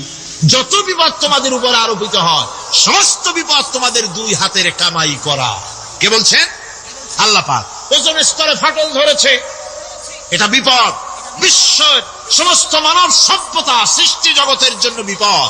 এই বিপদের জন্য দায়ী পৃথিবীর মানুষ। কিরকম? সেটা হচ্ছে গাড়ির পেছন থেকে যে কালো ধোঁয়া বের হয়, কল কারখানার চিমনি থেকে যে কালো ধোঁয়া বের হয়, এই কালো ধোঁয়াগুলি, তারপরে সমস্ত কেমিক্যাল উইপেন, সেগুলি যে টেস্ট করা হয়, তার রিয়াকশন ইত্যাদি, এই কালো ধোঁয়া এবং সমস্ত মারণাস্ত্রগুলি এক্সপেরিমেন্ট করার সমস্ত এই রিয়াকশনগুলি সবগুলি গিয়ে ওই ওজন স্তরে ফাটল ধরিয়ে দিয়েছে। আস্তে করে পাতলা হয়ে এটা ফেটে গিয়েছে, অতি বেগুনি রশ্মি আসা শুরু করেছে। এটাকে বন্ধ করার জন্য বিজ্ঞানীরা আজ মরিয়া হয়ে গিয়েছে। ইনশাআল্লাহ আল্লাহ পাক তার বিজ্ঞানীদের মানুষের মাথায় বুদ্ধি এনে দিবেন, রিপেয়ারও হয়ে যাবে ইনশাআল্লাহ। সবাই বলেন ইনশাআল্লাহ। তাহলে বললাম কেন এই কথাটা? এই জন্য বললাম যে কোরআনে কারীমের মধ্যে আল্লাহ রাব্বুল আলামিন সব কথা বলে দিয়েছেন, কোনো কথা বাদ রাখেন নাই। পাহাড়গুলি ভেঙে আমরা ক্ষতি করতেছি, গাছগুলি কেটে আমরা ক্ষতি করতেছি, প্রকৃতির ভারসাম্য নষ্ট করে দিচ্ছি। ফলে সমুদ্রের পানি স্ফীত হচ্ছে, ভূমিকম্প বাড়তেছে, ঘূর্ণিঝড় হচ্ছে, টর্নেডো হচ্ছে, পৃথিবী বিধ্বস্ত হয়ে যাচ্ছে, ক্লাইমেটের পরিবর্তন আসছে। আজকে পৌষ মাস, এটা কি মাস? কত তারিখ? দেখেন বাংলা ভাষাকে কত মহব্বত করি। যদি বলি আজকে ডিসেম্বরের কত তারিখ, গড় গড় করে মুখস্থ হয়ে যাবে। বাংলারে খুব ভালোবাসি, মাসটার তারিখ বলতে পারলাম না, দুঃখিত। এই হলো আমাদের ভালোবাসা। আজকে পৌষ মাসের অর্ধেক শেষ হয়ে যাচ্ছে, অথচ মনে হচ্ছে শীত যেন তার শ্বশুর বাড়ি বেড়াতে গেছে। এই যে অবস্থা, এই অবস্থা শুধু বাংলাদেশে নয়, গোটা পৃথিবীতে ক্লাইমেটের একটা বিরাট পরিবর্তন আসতেছে, একটা বড় রকমের পরিবর্তন আসতেছে। এর কারণ হচ্ছে এই পৃথিবীর মানুষেরা নিজেরাই প্রকৃতির ভারসাম্যকে নষ্ট করে দিয়েছে। এই ভারসাম্য নষ্ট হওয়ার কারণে আবহাওয়ার পরিবর্তন হচ্ছে, সামুদ্রিক জলোচ্ছ্বাস বাড়তেছে, ভূমিকম্প, আগ্নেয়গিরি ইত্যাদি হচ্ছে এবং পৃথিবীর মানুষ বিধ্বস্ত হচ্ছে। বলতেছিলাম এই কোরআনে কারীমের মধ্যে আল্লাহ পাক সব কথা বলে রেখেছেন। যদি জানতাম, বুঝতাম, তাহলে এই অবস্থার সৃষ্টি হতো না। এটা বিজ্ঞানের বই নয়, রাজনীতির বই নয়, সমাজনীতির বই নয়, বরং সমস্ত নীতিমালার উচ্চ জ্ঞানের উচ্চ হচ্ছে আল কোরআন। জ্ঞানের উচ্চ কি? আরো জোরে বলেন, জ্ঞানের উচ্চ কি? আল কোরআন। পবিত্র কোরআনে এমন এমন ঘটনা আল্লাহ পাক বলেছেন যা ষষ্ঠ শতাব্দীর দুনিয়া এ সম্পর্কে কিছুই জানতো না। অবশ্য কিছু কিছু ঘটনা ইহুদিদের কিতাবে অতিরঞ্জিত আকার এবং বিকৃত অবস্থায় এসেছে, কিন্তু কোরআনে কারীম দুনিয়ার মানুষকে আদম সৃষ্টি, নূহের বন্যা, তারপরে মুসা আলাইহিস সালাম ফেরাউনের ঘটনা, ইব্রাহিম আলাইহিস সালামের নমরুদের ঘটনা এবং ইউসুফ আলাইহিস সালামের কাহিনী সবগুলিকে সুন্দর করে কোরআন শরীফ উপস্থাপনা করেছে রাসূলের মাধ্যমে, যা পৃথিবীর ইতিহাসে কেউ জানতো না। সেগুলি আল্লাহ পাক জানাইছেন কিভাবে? কোরআনে কারীম বলছে, তিলকা মিন আম্বাইল গায়বি নূহিহা ইলাইকা মা কুনতা তা'লামুহা আনতা ওয়ালা কওমুকা মিন ক্বাবলি হাযা। এ হলো সব অজ্ঞাত ঘটনা। সমস্ত ঘটনাগুলি আল্লাহ পাক তার হাবিবকে শুনিয়ে বলে দিলেন, সব অজ্ঞাত ঘটনা যা তুমি জানতে না, তোমার কোনো জানা ছিল না, আমি ওহীর মাধ্যমে তোমাকে সব জানাইছি। ইউসুফ আলাইহিস সালামকে যখন তার ভাইয়েরা কুয়ার মধ্যে ফেলে দিতেছিল তখন তুমি উপস্থিত ছিলে না, এই ঘটনা ওহীর মাধ্যমে আমি জানালাম। মুসা আলাইহিস সালামকে যখন ফেরাউন দরিয়ার ভিতরে ফেলে দিল, সেই সময় তুমি সিনাই পর্বতের পাশে দাঁড়িয়ে সব দৃশ্য লক্ষ্য করনি, অথচ আমি ওহীর মাধ্যমে সব তোমাকে খুলে খুলে বলে দিয়েছি। আল্লাহ পাক সমস্ত ঘটনাগুলিকে বলে বলে কোরআন শরীফের মধ্যে সব সাজিয়ে দিলেন, বলে দিলেন। তিনি বললেন, ওয়ামা কুনতা বিজানিবিল গারবি ইয কাযাইনা ইলা মুসাল আমরা ওয়ামা কুনতা মিনাশ শাহিদিন। ফিরআউন যে মুসার সঙ্গে যে ব্যবহারটা করলো, এ সময় সেখানে তুমি উপস্থিত ছিলে না, আমি ওহীর মাধ্যমে তোমাকে তা জানিয়েছি।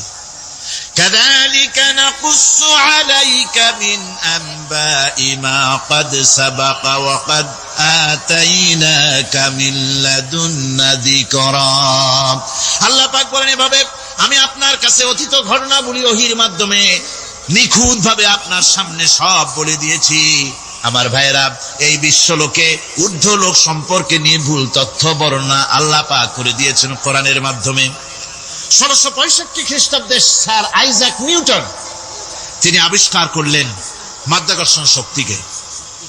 এই মাধ্যাকর্ষণ শক্তি, ল অফ গ্র্যাভিটেশন, এ সম্পর্কে মানুষের এই থেকে কিছু জানলো, কিন্তু আজ থেকে 1400 বছর আগে আল্লাহ রাব্বুল আলামিন তার উম্মি নবী, যিনি কোনো বিজ্ঞানাগারে লেখাপড়া করেন নাই, কোনো সায়েন্স রিসার্চ করেননি, যিনি কোনো কলেজ ইউনিভার্সিটিতে পড়াশোনা করেননি, তার মাধ্যমে জানিয়েছেন মাধ্যাকর্ষণ শক্তির কথা। কোরআন বলছে, ইন্নাল্লাহা ইউমসিকুস সামাওয়াতি ওয়াল আরদা আন তাজুলা। এই পৃথিবী এবং সমস্ত গ্রহ উপগ্রহকে আল্লাহ পাক বলছেন, আমি এমন এক শক্তি দিয়েছি যে শক্তির মাধ্যমে একটা আরেকটাকে আকর্ষণ করে রাখছে। এই পৃথিবী পৃথিবীতে মাধ্যাকর্ষণ শক্তি শুধু পৃথিবীর নাই, সূর্যের আছে, মঙ্গলের আছে, নেপচুনের আছে, ইউরেনাসের আছে, বৃহস্পতির আছে। প্রত্যেকটি গ্রহের আলাদা আলাদা মাধ্যাকর্ষণ শক্তি আছে। আর এই শক্তির বলে একটা আর একটাকে টেনে ধরছে, যাতে করে বিচ্ছিন্ন হয়ে না যায়, যাতে করে ধ্বংসপ্রাপ্ত না হয়। এগুলি আল্লাহ পাক এই তথ্যগুলি কোরআনে কারীমের মধ্যে বলেছেন। ফলে মরিস বুকাইলির মতো লোক, যিনি ফরাসি দার্শনিক, তিনি বলেছেন দুনিয়ার সমস্ত বিজ্ঞানীদের থিওরি হচ্ছে এই যে বিজ্ঞানের কোন থিওরি ফাইনাল নয়। আজ একটা হচ্ছে, কাল সেটাকে পরিবর্তন করে নতুন আর এক থিওরি আসতেছে। কিন্তু কোরআনে কারীমের মধ্যে আমি, কে বলতেছেন কথা? না না না, মরিস বুকাইলি বলছেন কোরআন শরীফের ভিতরে আমি যে বিজ্ঞানের তথ্য পেয়েছি, থিওরি পেয়েছি, তার কোনো পরিবর্তন আজও হয় নাই, ভবিষ্যতেও হওয়ার কোনো সম্ভাবনা নাই। মরিস বুকাইলি মনে করেছিলেন বেদ আর বাইবেলে যেমন ভুল আছে, কোরআন শরীফে ওই রকম ভুল আছে, নাউজুবিল্লাহ। সেই জন্য তিনি আরবি শিখলেন কোরআন বোঝার জন্য, ভুল ধরার জন্য। কোরআন শিখলেন কি জন্যে? পাক ঠিক করে দিয়েছেন, সেই কক্ষে ঘুরতেছে, একে অপরের পথ অতিক্রম করতেছে না। আবার ওই মহাশূন্যের ভেতরে রয়েছে black hole. Black hole, black hole কি? ব্ল্যাক হোল হচ্ছে একটা বিরাট অন্ধকার গহ্বর, একটা মৃত্যুকূপ। এত বড় বিরাট ব্ল্যাক হোল মহাশূন্যে আছে, বিজ্ঞানীরা হয়রান হয়ে গেছে। তার এত বড় শক্তি, সে শুধু তারা খায় না, কোন তারকা ঘুরতে ঘুরতে যদি তার কাছে এসে যায়, তারাকে খেয়ে ফেলে। কোন আলো যদি কাছে আসে, আলো শুষে নিতে নিতে আলো যার থেকে এসেছে সেটাকেও শেষ করে ফেলে। এ ধরনের একটা দারুণ আকর্ষণী শক্তি তার মধ্যে আল্লাহ সৃষ্টি করেছেন। একটা ব্ল্যাক হোল আছে মহাশূন্যের ভিতরে। সূর্য, চন্দ্র, গ্রহ, নক্ষত্র, যে সূর্য পৃথিবীর চাইতে 13 লক্ষ গুণ বড়, এমন 2 কোটি সূর্য খাইয়া হজম করতে পারে এত বড় ব্ল্যাক হোল আল্লাহ তৈরি করে রেখেছেন মহাশূন্যের উপরে। রয়েছে মিল্কি ওয়ে, রয়েছে গ্যালাক্সি, অন্তত 10,000 কোটি, 10 সহস্র কোটি তারকা দিয়ে সমৃদ্ধ গ্যালাক্সি মিল্কি ওয়ে, যেটা অন্ধকার রাত্রে, তারকা সজ্জিত রাতে উত্তর দক্ষিণ দিকে টানা একটা পথের মতো দেখা যায়। এটা হচ্ছে গ্যালাক্সি, এইটাকে বলা হয় মিল্কি ওয়ে। এটা হচ্ছে ছায়াপথ। অসংখ্য তারকা এর মধ্যে রয়েছে। কত বড় বড় তারকা, অনেক দূরে। তাই আমরা দেখি বিন্দু বিন্দু, আসলে কি বিন্দু না। কত বড় জানেন? বিজ্ঞানীরা বলেছেন দৈত্যের মতো বিরাট বিরাট তারকা আছে, যে সূর্য পৃথিবীর চাইতে 13 লক্ষ গুণ বড়। এরকমের সূর্যের অন্তত 3 কোটি সূর্য খাইয়া হজম করতে পারে, এরকম অসংখ্য তারকা মিল্কি ওয়ের ভিতরে আল্লাহ সৃষ্টি করেছেন। সুবহানাল্লাহ বিহামদিহি, সুবহানাল্লাহ। আর মানুষ লাফায়, 4 আঙ্গুল মানুষ খালি লাভ দেয়, মোষ কতগুলো রাখিয়া। কোন আনন্দে লাফা, কি শক্তি তোমার! মহাশূন্যের তুলনায় এই পৃথিবীর অবস্থান কি জানেন? এই জন্য যত বেশি পড়াশোনা করবেন মাথা নত হয়ে যাবে। কমিউনিস্ট হয় ছাগলেরা, বুদ্ধিমান কোনোদিন কমিউনিস্ট হয় না। কারা কমিউনিস্ট হয়? ছাগলগুলি, যাদের আকল নাই, যাদের জ্ঞান নাই, বুদ্ধি নাই, ওরাই কমিউনিস্ট হয়। কোন চিন্তাবিদ, কোন বিজ্ঞানী কমিউনিস্ট হয় না। মাথা নত হয়ে যায়, আল্লাহর এই সৃষ্টি দেখে পাগল হয়ে যায়। নিঃসন্দেহে আল্লাহ আছেন, নইলে পরে এগুলি হয় কি করে?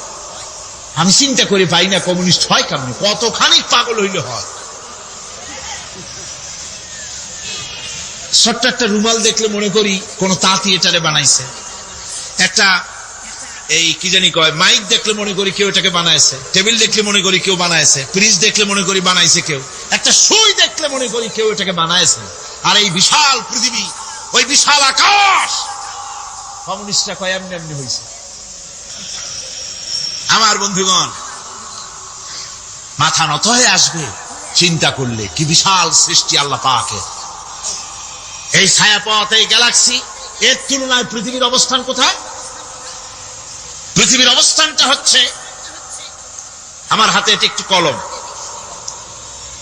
এই কলমটা কাগজের উপরে আমি যদি এই নিপটা রাখি, কাগজের ভিতরে নিপে যতটুকুন জায়গা টাচ করবে, মহাশূন্য গ্যালাক্সি মিল্কি ওয়ে, আল্লাহর ওই মহাশূন্যের তুলনায় পৃথিবীর অবস্থান একটা কলমের নিপে যতটুকুন জায়গা নেয়, এর থেকে বেশি নয়।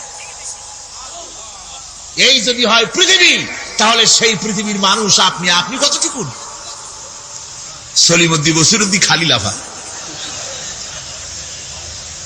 আমার বন্ধুগণ, লাভ কি? লাভের চোটে বলে হ্যান করেঙ্গে ত্যান করেঙ্গে, লাঠি কে আন্দার মুগুর ভরেঙ্গে।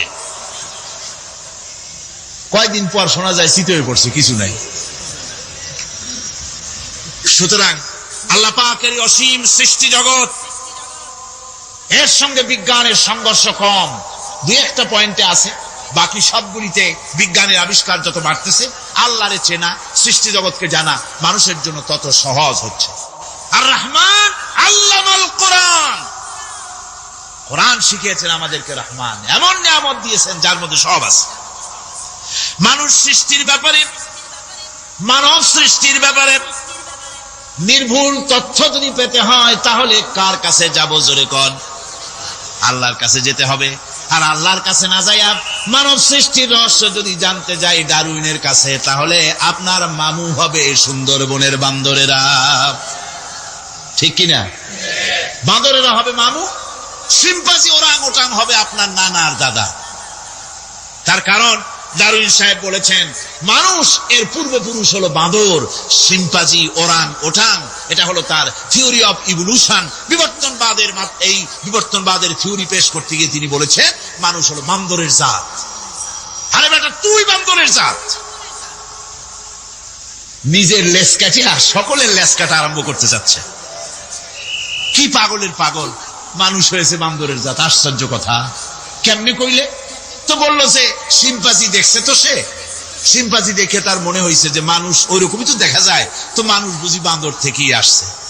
আমি বলি, পৃথিবীতে এমন পাগল আমি কোনোদিন দেখিও নাই, শুনিও নাই যে কোনো পাগল পাবদা মাছ দেখে বলেছে যে এটা হচ্ছে বোয়াল মাছের পূর্বপুরুষ। টাকি মাছ দেখে কোনো ছাগলেও বলেছে আজ পর্যন্ত যেটা হলো শোল মাছের পূর্বপুরুষ। পুঁটি খাইতে খাইতে আস্তে আস্তে বিরাট শোলে পরিণত হয়ে গেছে, কোনো পাগলেও বলেনি। আচ্ছা, মেনে নিলাম ডারউইন সাহেবের থিওরি, মেনে নিলাম এক সেকেন্ডের জন্য যে বান্দর থেকেই মানুষ হয়েছে। এখনো তো বানর প্রজাতি আছে না শেষ হয়ে গেছে? আছে কিনা? তাহলে সুন্দরবনে যান, যে দেখুন কোন বাঁদর কি এ পর্যন্ত দেখা গেছে যে কোমর পর্যন্ত মাংসের মতো হয়ে গেছে? আর একটু দুধ আর পনির আর একটু এই শুটকি মাছ, লোট্টা ফিশ খাওয়াইলে আর কদিনের মধ্যে এই বান্দরটা মানুষ হয়ে যাবে। হয়েছে এরকম? বাঁদরের 12 আনা মানুষ হয়ে গেছে, 14 আনা মানুষ হয়ে গেছে, আর অল্প একটু বাকি। এরকম দেখা গেছে কোথাও? দেখা যায়নি। এগুলি পাগলামি কথা, পাগলামি কথা।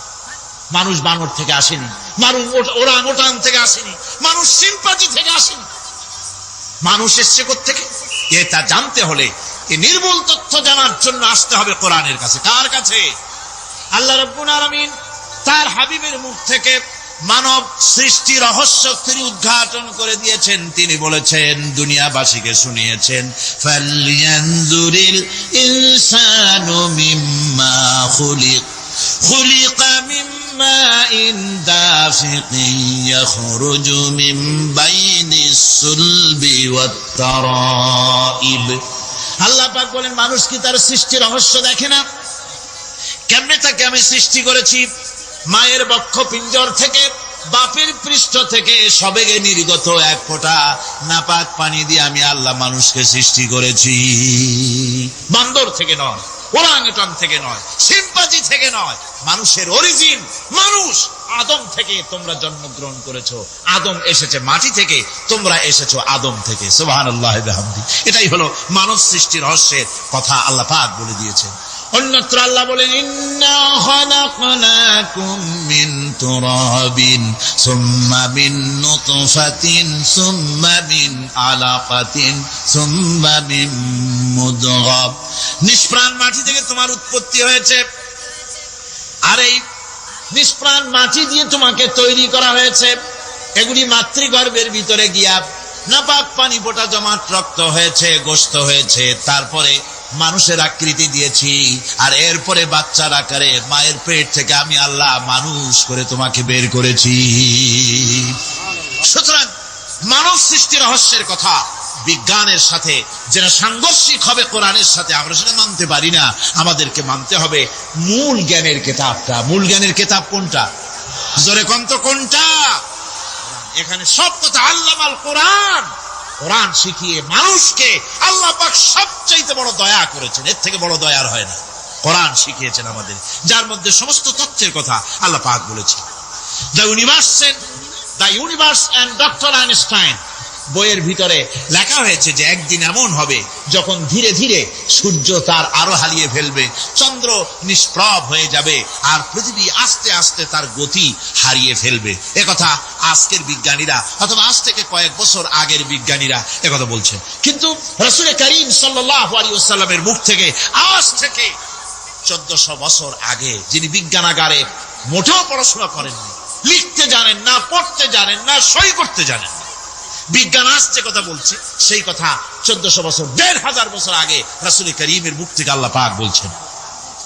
কোরআনে কারীম বলছে ইয়াসআলু আইয়ানা ইয়াউমুল কিয়ামা ফাইদা বারিকাল বাসারু ওয়া খাসাফাল কামারু ওয়া জুমিআশ শামসু ওয়াল কামার। হে রাসূল, রাসূলের কাছে জিজ্ঞাসা করে কিয়ামত কবে হবে? আল্লাহ পাক বলেন, বলে দিন যেদিন চন্দ্র তার আলো হারিয়ে ফেলবে, যেদিন সূর্য তার আলো হারিয়ে ফেলবে, আর চন্দ্র আর সূর্য সব একাকার হয়ে যাবে। হাজারা বলছে চাঁদে আলো থাকবে না, সূর্য আগের থেকে তার উত্তাপ এবং আলো স্তমিত হতেছে, এবং হতে হতে এমন এক পর্যায়ে আসবে যখন সূর্য আলো হারিয়ে ফেলবে। বিজ্ঞানীরা গত 4-5 বছর আগে এ বক্তব্য রেখেছেন, কিন্তু 1400 বছর আগে বিজ্ঞানের লালনাগারে লেখাপড়া না করে হুজুরের মুখ থেকে আল্লাহ কথা বলে দিয়েছেন। তাহলে বিজ্ঞানের আসল কিতাব কোনটা? জোরে বলেন কোনটা? আল্লাহ পাক আরো বলেন ইজাশ শামসু কুবিরাত ওয়া ইযান নুজুমু কাদারাত ওয়া ইযাল জিবালু সুজ্জিরাত। তারকাগুলি, সূর্যের আলো থাকবে না, নক্ষত্রগুলো স্থানচ্যুত হয়ে যাবে, কক্ষচ্যুত হয়ে যাবে, পাহাড়গুলিকে পরিচালিত করে দেওয়া হবে, কিছুই থাকবে না, সব শেষ হয়ে যাবে।